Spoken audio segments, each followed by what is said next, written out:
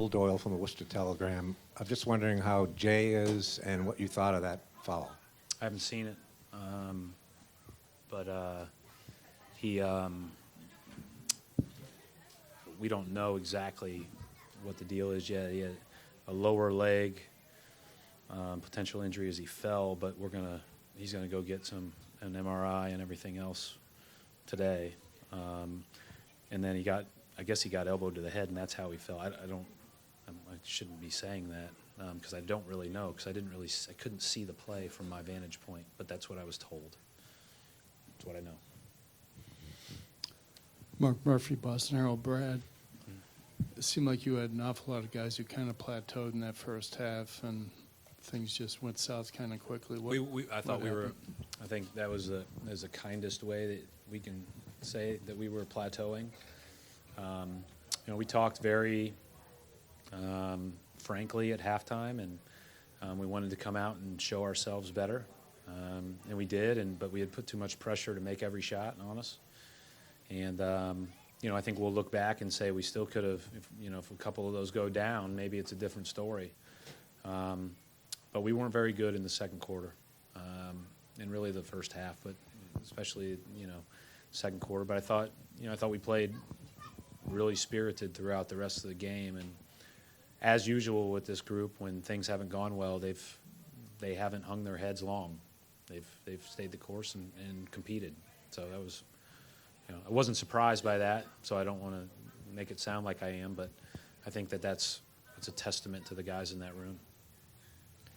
Kevin DuPont, Boston Globe. Brad, I know it's hard to cast forward at a time like this, but if you could, what do you think these 4 games will mean a year, 2 years from now in the total context? I think above the 4 games, maybe the last few months, having to play from behind on the last few months and accomplishing something, and then measuring yourself against the best in the East, in a lot of people's eyes, we have a lot of information, and that's really good. We know where we can get better. We know individually where we need to improve. We know collectively where we need to improve. And the best thing that I take from this year is that there's growth, there's building, there's progress. Now we have to build on it. That's the challenge, right? I mean, that's the hard part, is now continuing it and build on it. But we've got a good environment. That's a real positive moving forward. Steve Belpet, Boston Herald. Brad, along those lines, do you think this has helped you guys in terms of? Yeah, I think the biggest thing, they stretch you so much, the Cavs, so that you have to prepare for a lot of different things. And I've heard this term thrown around basketball circles some, but certainly other industries as well. It's a great opportunity to build and extend our corporate knowledge.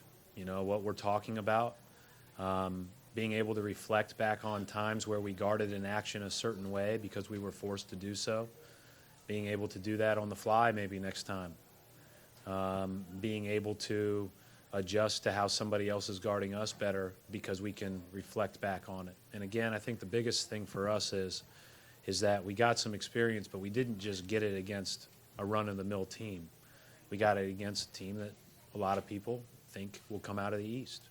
And I think that, with some of the best players in the world, and that stretches you, and that's a good thing. Well, keeping with your corporate theme, what I meant more is, I know you're not in mergers and acquisitions, but do you think this will make the Celtics maybe a more interesting place for people down the line, perhaps?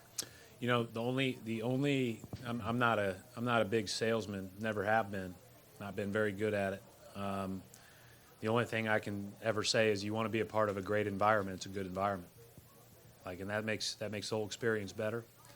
And for me, that's our task, to continue to build and grow within that environment, because we've got a good foundation and culture moving forward. Sherrod Blakely, Comcast Sportsnet. Brad, we talk about players, being able to grow from these type of experience, but as a coach, what do you take from your perspective from this playoff series that you can build on going forward?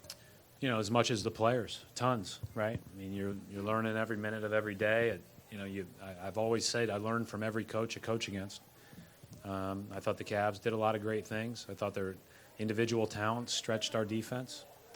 And I thought that our guys responded a lot of times well, but not quite well enough to get three 8-point losses in a row, right? So, yeah, I mean, tons. I mean, you're always trying to grow and get better, but that's going to be the same as if we're, fortunate enough to cut down the nets someday. Don't think that would change how you'd approach the next day anyways. Coach Mark D'Amico, Celtics.com. Obviously, you're probably going to need a little bit of time to answer this question a little bit better, but how can you look back on this season? How proud are you of the fight that these guys showed over the last couple of months to get to where you guys were in this playoff series? I think the best way to phrase it is I like our progress, but I like to win. So I'm disappointed right now, but it's not at anybody or at myself or at any. It's just you're disappointed to lose. We have to get better. We have to get better in every which way, and that's the challenge ahead. But because winning's a lot more fun. Mike Petralia, WEEI.com. Brad, you're obviously somebody very calm, cool, and collected on the sidelines, but you had two very emotional incidents in that game regarding Jay. First one involving Kendrick Perkins. The second one, obviously, he leaves the game. Two-part question. What did you think of Jay Crowder and the leadership he showed in the series? And secondly, how your team responded emotionally. Was it enough after those two incidents, did you think? Well, I thought after the first one, we actually lost our cool a little bit, and it hurt us, at least initially, towards the end of the half. And then I thought after the second one, we handled that much better. So, listen, there's a lot of intensity. There's competitive, high-achieving athletes on both sides of the floor. There's going to be tensions are going to flare, right? So, I'm more pleased with how we responded the second time than the first, if that better answers your question. And I hope Jay's okay. Brad, Adam Himmelsbach, Boston Globe. Looking back now, do you kind of feel like you got everything you could out of this basketball team? I don't think I've ever felt that about any team I've ever been around. That's the problem with coaching. Like, you haven't played a perfect game yet. We were 40-42 and lost 4 straight in the playoffs. So, no, I don't. But I didn't feel that way both times we went to the Final Four either. So, I think that's just the way I'm wired, I guess. Brian Robb, obviously disappointing fourth quarter finish overall there, but just talk about going through your first experience from the crowd's perspective. Obviously, them chanting late in the game, even when the game's over. For you guys. I thought both games crowd gave us a chance. I thought we were giving ourselves some chances too, but the crowd was really. I mean, it was fantastic. It's something that you want to be a part of, but it's like I told the guys in there, I'm really pleased with a lot of things. I really think we've shown a lot of growth. I think we can get a lot better. But none of us signed up to play for the Boston Celtics for a quick exit. And that's something that is important to keep in mind moving forward, because that crowd is as good as it gets, and the longer that you'd play, I can't imagine what it would be like.